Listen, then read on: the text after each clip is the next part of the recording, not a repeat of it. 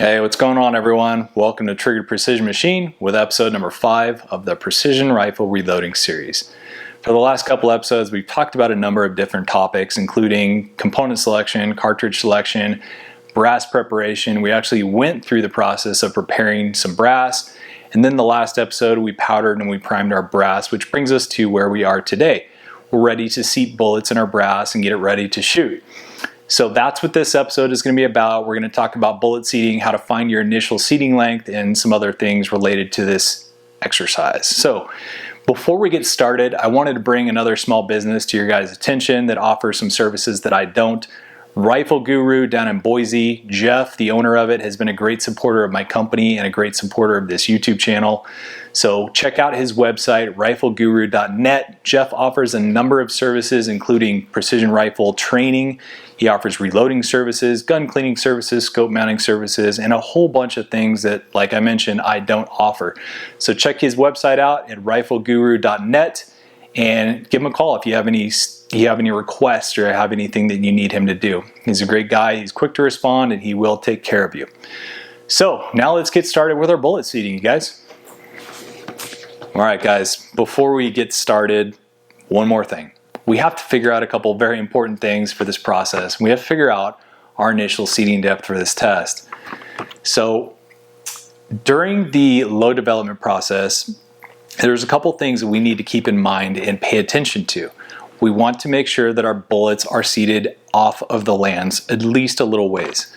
So to do that, we first have to figure out where our bullets are touching the lands. Now this is unique to every rifle chambering, this is unique to every bullet because the bullets have different profiles. And essentially what we're looking for is the part of the bullet ogive, which, to define that, that's the curvature of the bullet from the tip all the way up to where it reaches the full bullet diameter. So that whole section is the ogive, and what we're looking for is the point where that ogive contacts the rifling in your barrel. So we want to stay well off the rifling. And if you guys are unfamiliar with the process of how to determine your bullet's length to the rifling, then I have an episode that I launched a couple months ago, and we went over 3 different processes that you can use using very basic tools and find that distance to the lands, is what we call it. So if you need to review that, I would suggest pause this video and click the link below. It's going to be linked as the first video you see down in the description of this video, and review that, and then come back here and take up where you left off, and you'll be right on track. So I went through that process already with the 6mm Creedmoor, and I figured out our seating depth to the lands, which is 2.1395. Now that measurement is not from the base of the bullet where the primer is up to the tip of the bullet. That measurement is from the base, the head, all the way up to the ogive of the bullet where the ogive would contact the lands. Those are the measurements that are important to us. We want to take that measurement instead of the head of the bullet or the head of the cartridge to the tip of the bullet, because these bullets can have deformities and other abnormalities in the tips that'll lead to inaccurate readings. So theoretically, the ogive of these bullets should be very consistent, right? Since it's a constant radius, the way the jacket works and all that stuff. So we should have more consistent readings that way. And it's also nicer and easier because that's the reading that we get from when we're determining our initial bullet seating, doing the test that I covered in the episode a couple months ago. So we have our distance to the lands at 2.1395, base to ogive is what I call it, and that gives us a 2.1195 seating depth, which gives us a 20 thousandths jump, so a 20 thousandths gap from the ogive till it contacts the lands of the barrel. And that's exactly where we want to be, so 2-inch 1195. And I'll throw this little card up there. There's some math on it where you can kind of see and follow along how I got that number. And then there's all the information on our load development test here in case you need a little refresher on what we loaded up as far as powder charges back there. So now let's go ahead and let's seat some bullets, you guys. We'll kind of talk through some things to look for while we're doing this. All right, we'll go over our equipment that we're running for this video. We have the Area 419 Zero Press. You guys have seen this in several videos now. Have the precision ground bullet seating plate in the ram, and I'm running a Reading micrometer seating die up here. This die is installed into the turret head here as per manufacturer specs, but it hasn't been dialed in for our bullet seating depth yet, so we're going to do that right now. So if you guys recall, in the last video we charged up 4 Fowler cases for our optimal charge weight test. So these cases are just loaded up for to make sure that our rifle is impacting in the right area, to check for any sort of unforeseen pressure issues, and to foul our barrel if we're shooting a fresh barrel. So I have the micrometer up here zeroed out and it's dialed way up, so the first bullet that we seat is hopefully going to be long. So we'll take one of our Fowler cartridges and we will throw a 115 DTAC in there and go ahead and seat it. All right, so we have our first one loaded. Now we're going to use our calipers here to check our seating length. So we'll go ahead and make sure our calipers are zeroed against this comparator and our 6mm comparator insert. So confirm 0. And then what we're going to do to make this easy on ourselves is we're going to dial our target into the caliper. So 2.1195, 2.1, oops.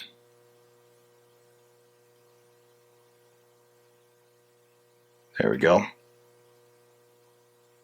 Where is it? Right there. Okay, 2.1195.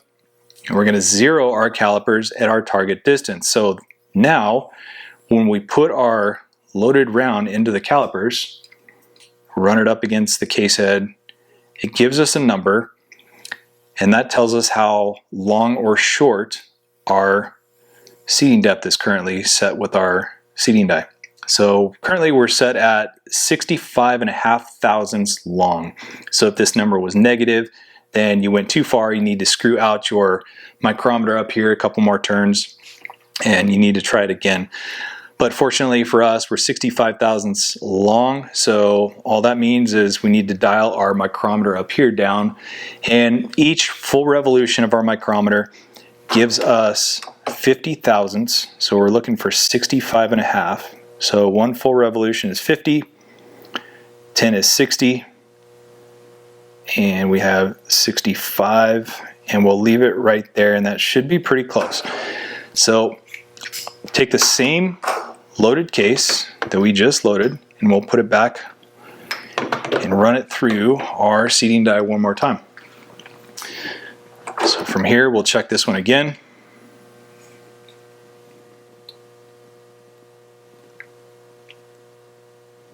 And it's dead on. We are a 1/2 1,000th of an inch off of our intended target number. So we'll check that on a newly loaded case, but I'd say we got it. And that was, as you guys just saw, that was one shot. Now if you don't have a micrometer seating die like this, it's going to take a little fooling around, and what I would suggest you do is figure out, throw a Sharpie mark or something, a witness mark on your die body, and if you have to screw the die body in manually to adjust your bullet seating depth, then like I said, throw a witness mark on there and check and see how much seating depth you get out of one full revolution of your die, and that'll help you kind of dial it in, especially if you use this method I just showed you on the calipers.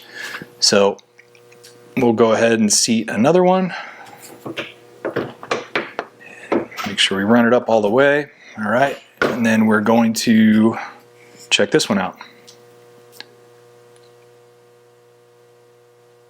All right, that one's actually coming out 1,000th under, so 0.001 under. So we can always go back and we'll add 1,000th to our seating depth, so the next one should be spot on. And the reason I'm putting this ram up for the video, you guys, when I'm working on the caliper stuff, is just to make room so I can hold the calipers up for you guys to see them. So we'll run another one up with our, hopefully our final adjustment. Check our caliper length here, and it's spot on. Doesn't get no better than that. So that's as accurate as you can be. So what I'm going to do now is I'm going to go through the rest of these. I'm going to load all of our bullets up, and then we're going to talk about some discussion points after I get these all loaded.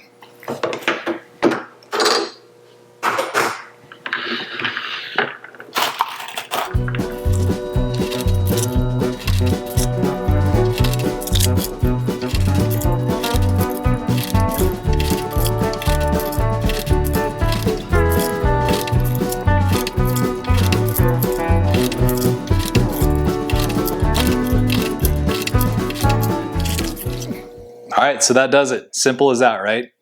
We have our bullets seated. We have everything ready to go for the range next weekend, and we'll be out there. We're going to actually shoot our rounds and our OCW test and figure out how well we did. So we should see some pretty definitive results from this test, and to be able to take those results back to the reloading bench and either fine tune them or just run with it. I've had OCW tests where I've walked out of it with a load that just absolutely hammers. I can't ask for anything more out of it.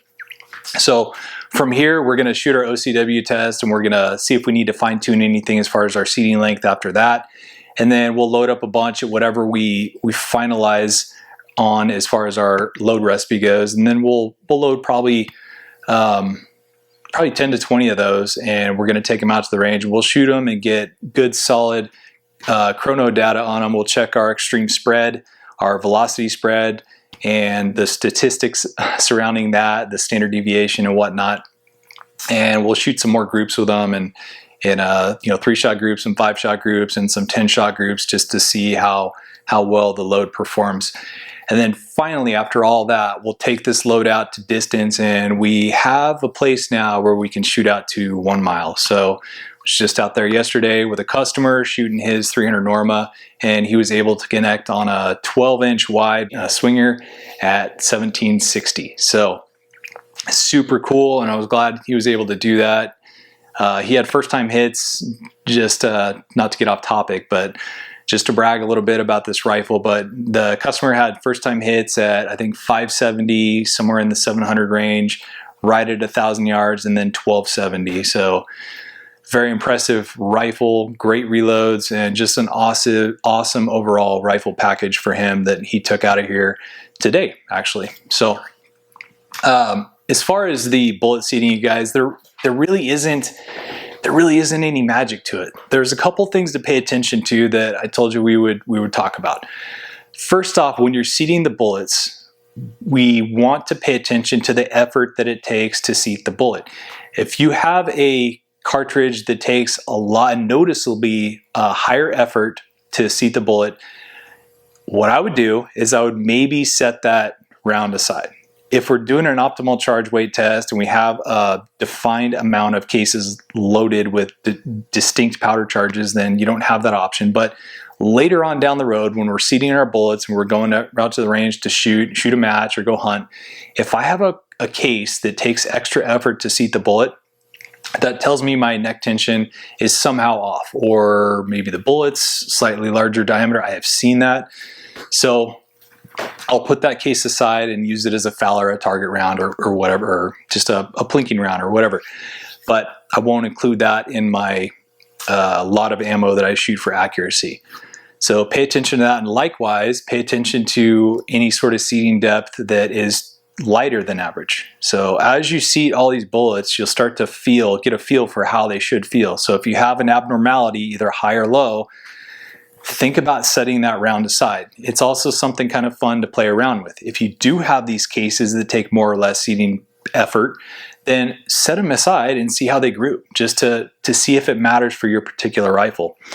Also, shoot them over the chronograph, because what you're really going to see with these inconsistent seating efforts is a fluctuation in your velocity. So your seating pressure, or your neck tension, on the bullet has a lot of effect on your velocity spreads. Probably one of the most important things, aside from actually having an accurate powder charge in your case, is consistent neck tension. So just a couple real simple things to pay attention to and be mindful of when you're seating your bullets. A lot of people have reached out and asked about compressed loads. I generally try to stay away from compressed loads.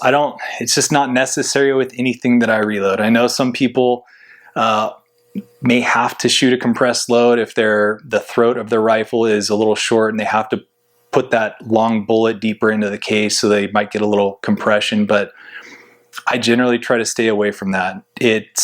And mainly for the reason that running a compressed load is very similar to seating at the lands or into the lands. You can run into some pressure issues with that, and it gives you some false readings that we don't necessarily want, especially during the optimal charge weight or load development process. So keep it simple. Shake your cases after you reload them, and if you get up to a point where you're compressing powder and you can actually hear the kernels crunching as you're seating your bullet, then maybe stop there. If you have experience going into that compressed load range, then by all means go straight ahead. But for me, I like to keep my loads uncompressed and off the lands for my load development process. And like I told you guys before, I've had really good luck with this process. It usually gives me a good load and just a handful of rounds. And I'd say I'd be on the long end of things if it took me 50 rounds to get my ultimate final load for whatever rifle I'm doing the development for. So usually it's done within 30 to 40 rounds. Very simple. So I hope you guys found this beneficial. And what I've noticed lately is some of the engagement in the comment section. You guys are bringing up things that maybe I skim over or I need to clarify a little bit better. Keep doing that. I'm happy to answer those questions, and I apologize if I do skip over something. It's just because when I'm doing these, I can't think of absolutely everything, or I do my best to think of everything, but I for sure miss a couple things here and there. So bring it up in the comment section, and I check all the comments constantly, and I'll respond to your question. And the chances are that someone else had the same question, so my response will help a bunch of people. So keep doing that. A couple of other updates. It is now, let's see, it's May 27th, so we only have a couple more days left in this month, which marks the end of our TPM 5-shot business cards challenge. And I've received a bunch of good cards in the mail. In fact, the guy who I just mentioned at the beginning of the video, Jeff at Rifle Guru, he just shot an absolute bang up card. So hopefully I'll see that in the mail here soon, Jeff. And there's some really good groups. You guys, just like I expected, there's some fantastic shooters out there, and I had no doubt that you guys would blow me away with the groups that you sent up on those cards. And just to follow up on that challenge was pretty successful. I was very happy with how many cards we sent out and kind of what that sparked as far as engagement. So we're going to continue doing this. It's not going to be an every month deal, but my goal, and hear me out, is I want to eventually build this pool of participants up big enough to where we will, maybe offer a rifle or a rifle build as the prize. Now, the entry to that might cost a little bit of money, but that is the ultimate goal. So hopefully by the end of the year, we're going to have a contest out for you guys, and there's going to be a few more rules to it so we don't get any cheaters, but we might auction off, or give away some really good stuff. So stay tuned, and if you haven't hit the like and subscribe button, please do so. It helps me know that I'm bringing relevant content to you guys and you're enjoying it and watching it. So thanks for everything. Hope you guys found this beneficial. Next week we'll be out at the range and we're going to see what kind of results we can get out of the 6 Creedmoor. So until then, have a good week. We'll see you guys next time.